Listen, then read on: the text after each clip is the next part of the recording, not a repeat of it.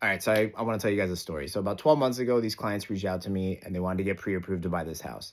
So we get them through the whole process, get them pre-approved, and they decided that they didn't want to buy this house anymore, and didn't want to buy in general. So 12 months go by, and they reached out to me over the weekend and they said, "Hey, we're going to look at this house with our real estate agent. Can you run some numbers based on this specific house?"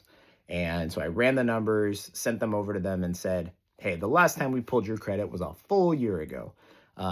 And so these numbers are accurate as far as I know, but I would highly, highly recommend we pull your credit again so we can fully pre approve you again."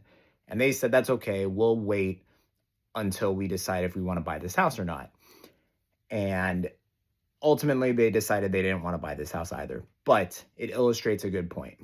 Let's say, for example, that they decide they wanted to buy this house, come back, wanted to get pre-approved again. I pull their credit and it's like a drastic difference. And I have to tell them that their payment's either going to be higher than what they anticipated the first time or they don't even qualify at all. That is huge.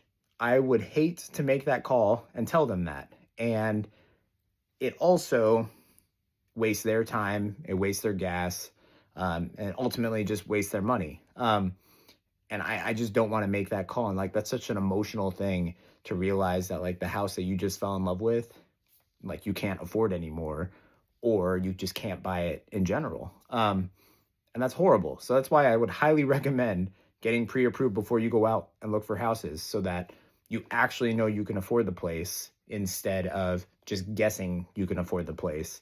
And in their case, it was okay because they decided not to buy it anyway. But it's a good illustration to show that getting pre-approved is such a good idea for a multitude of reasons. But one being that I would just hate to make that call and tell you that you can't afford that house anymore. So yeah, that's why I think it's a good idea to get pre-approved, along with plenty of other reasons.